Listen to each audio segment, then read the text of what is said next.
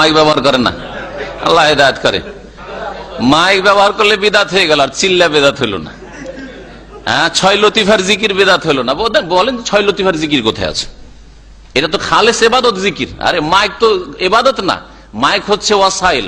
এ বোতলে পানি খায় আর গ্লাসে পানি খায়, হ্যাঁ, আর নলকূপে মুখ লাগিয়ে খায়, পানি খাওয়া ব্যাস, তাই না?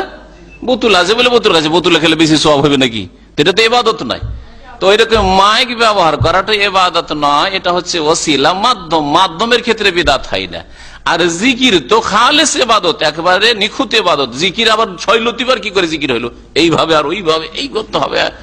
কোথা থেকে পেলেন এটা? তো এত বড় বড় বিদাত সব জায়েজ হয়ে গেল, আর শুধু ওই মাইকের বিদাত করা যাবে না, ই কোন গুমরাহি। আর লোকের স্রোত শুরু হয়ে গেল।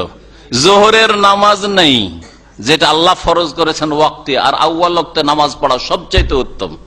আর এই লোকগুলি কয় ঘন্টা লাগবে ভিড় থেকে পার হইতে? আপনি বলছিলেন 3 থেকে 5 ঘন্টা ভিড় পার হইতে, ভিড়ে ফেসেছিলেন ওই জন্য বলছেন উনি। হ্যাঁ, তাহলে চিন্তা করেন এই লোকগুলি জোহর পড়বে কোথায়? বিদাতি মোনাজাতের জন্য মরিয়া, আর জোহরের ফরজ গেল কোথায়?